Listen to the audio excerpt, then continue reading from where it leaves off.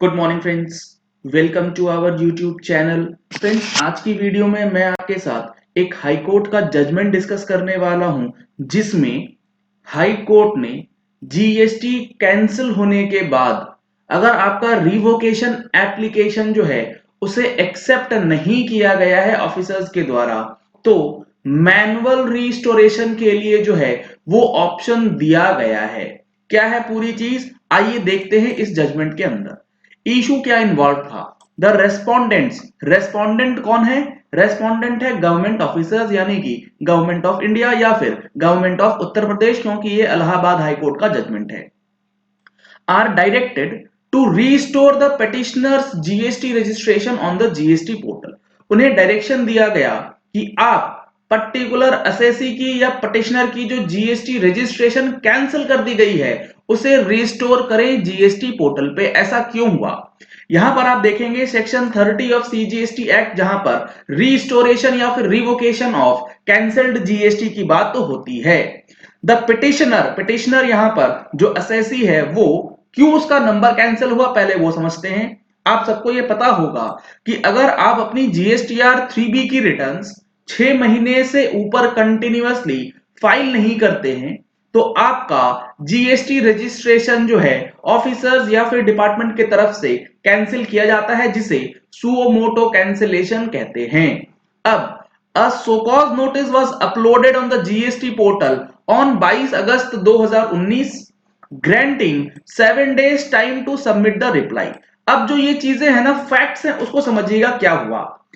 22 अगस्त 2019 को एक SCN issue किया गया और उसे अपलोड किया गया जीएसटी पोर्टल पे, और इसमें 7 डेज का टाइम पीरियड दिया गया असेसी को कि आप जवाब दीजिए कि आपका नंबर क्यों ना कैंसिल कर दिया जाए, क्योंकि आपका रजिस्ट्रेशन होने के बाद कंटिन्यूअस 6 महीने की रिटर्न्स जो हैं वो फाइल नहीं हुई है।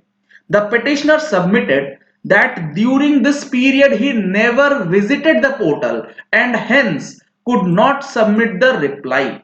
अब यहां पर क्या हुआ? अब ये जो 7 दिन का पीरियड दिया गया, इस 7 दिन में से एक दिन भी जो असेसी है उसने पोर्टल पे विजिट ही नहीं किया।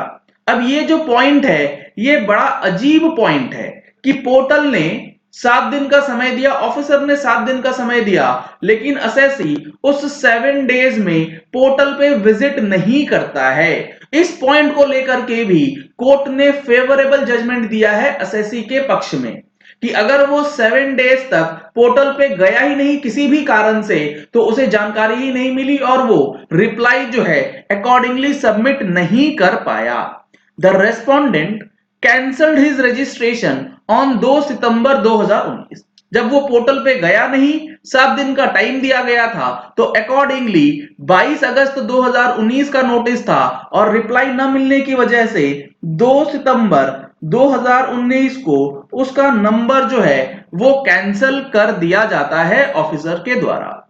This order has been set aside. अब यहां पर ये जो ऑर्डर आया इसे सेट असाइड कर दिया गया in appeal by the appellate authority and his registration was restored. जब नंबर कैंसिल हो गया, कैंसिलेशन ऑर्डर जब आया, तो असेसी उस ऑर्डर की अगेंस्ट अपील करके उस रजिस्ट्रेशन को रिस्टोर कर लेता है। यानी कि अपीलेट अथॉरिटी ने यह बोल दिया कि इसका पर्टिकुलर रजिस्ट्रेशन जो है वो रिस्टोर कर दिया जाए। अब यहां पर देखिए प्रॉब्लम कहां आई। पोर्टल ने कैंसिलेशन का ऑर्डर पास कर दिया, पोर्टल पे अपलोड हो गया कैंसिलेशन ऑर्डर। आपने अगर रिवोकेशन नहीं फाइल किया या फिर रिप्लाई नहीं दिया तो बिना ऑर्डर के या बिना ऑनलाइन एप्लीकेशन के आपका रजिस्ट्रेशन रिस्टोर नहीं हो सकता। मैनुअल रिवोकेशन या मैनुअल रिस्टोरेशन का ऑप्शन तो है नहीं पोर्टल के ऊपर। The petitioner submitted that this order has not been implemented on the GST portal and prayed for the directions for restoring the registration certificate। जब appellate authority ने यह बोला कि आपका रजिस्ट्रेशन रिस्टोर करवा दिया गया है, फिर भी पोर्टल ने उसे इंप्लीमेंट नहीं किया, तब पिटिशनर ने आगे रिट पिटीशन फाइल करी और यह सबमिट करा कि उस ऑर्डर का इंप्लीमेंटेशन भी पोर्टल पे नहीं हो पाया है। अब यहां पर आगे बताया गया है कि अब यहां पर पोर्टल को डायरेक्शन देने की प्रेयर है कि आप जीएसटी पोर्टल को डायरेक्ट करें, जीएसटी नेटवर्क को डायरेक्ट करें to restore the active status on the dashboard of the petitioner on the GST portal. यानी कि नंबर कैंसिल होने के बाद अपीलेट अथॉरिटी से फेवरेबल जजमेंट आने के बावजूद भी जब रीस्टोर नहीं हो पाया तो यहां पर हाई कोर्ट ने दखलंदाजी करी है। The respondent submitted that an application for its revocation of registration should have been filed in REG 12। जब नंबर कैंसिल होता है उसके बाद REG 12 में रिवोकेशन डालना पड़ता है ऑनलाइन। तो रेस्पोंडेंट ने यही बताया है कोर्ट को। There is no manual restoration of GST registration. Manual restoration का कोई भी ऑप्शन नहीं है। ये पॉइंट रेस्पोंडेंट ने, गवर्नमेंट ने रखी है। तो कोर्ट ने क्या व्यू लिया है वो भी बड़ा इंटरेस्टिंग है। आगे इसमें लिखा गया the respondent submitted that the petitioner wrongly assailed the registration cancellation before the appellate authority। यहां पर रेस्पोंडेंट ये कह रहे हैं, यानी कि गवर्नमेंट ये कह रही है कि जो पिटिशनर है उसने गलत तरीके से appellate अथॉरिटी के सामने कैंसिलेशन ऑफ रजिस्ट्रेशन को रिस्टोर करवाया है on a query by the court. अब कोर्ट यहां पर ये पूछ रही है the respondent counsel were not able to show that the order passed by the appellate authority is either illegal or without jurisdiction। तो अब यहां पर बात ये आई कि अगर आप ये कहते हैं कि जो appellate authority का ऑर्डर है वो इनवैलिड है तो वहां पर ये प्रूफ ही नहीं कर पाए कि ये जो ऑर्डर है वो विदाउट जुरिस्डिक्शन है या फिर without the limit of appellate authority आ रही है। पहली पॉइंट तो ये the court observed that the respondent contention that there is no provision of restoration of GST registration once it has been cancelled is absurd। बेतुका है ये कहना कि आपका जीएसटी रजिस्ट्रेशन एक बार कैंसिल हो गया तो उसे रिस्टोर करने का मैनुअल प्रोविजन नहीं है कानून में। तो अब आप इस चीज को ऐसे समझिए, जीएसटी एक्ट के अंदर कहा जाता है कि अगर आप किसी एक पर्टिकुलर कंप्लायंस के लिए ऑनलाइन सबमिशन या ऑनलाइन रिप्लाई नहीं करते हैं तो आपके सारे रास्ते बंद हो गए हैं। ऐसा बिल्कुल भी नहीं है। कोर्ट्स जो हैं वो बिल्कुल डिफरेंट व्यू लेकर के चलते हैं। एग्जाम्पल आपको इस केस में समझ आ रहा होगा कि अगर आपका रिवोकेशन नहीं हो पाया तो मैनुअल रिवोकेशन या फिर मैनुअल रिस्टोरेशन का ऑप्शन जो है कोर्ट डायरेक्ट करेगी और इसे ये एक्सक्यूज नहीं बनाया जा सकता कि प्रोविजन में मैनुअल रिस्टोरेशन का ऑप्शन ही नहीं है। ये बिल्कुल बेतुका बकवास वाली बात है, ये अब्सर्ड है, ये समझ से परे चीज है, ऐसा नहीं होता है। हेल्ड दैट, तो अब हेल्ड क्या हुआ, जजमेंट क्या आया, the honourable high court allowed the petition and directed the respondents to restore the petitioner's GST registration on the GST portal not later than 10 days। 10 दिनों के भीतर भीतर मैनुअल रिस्टोरेशन करके जीएसटी जो कैंसिल हुआ था उसे चालू किया जाए। मैनुअली करना पड़े, मैनुअली करना पड़ेगा।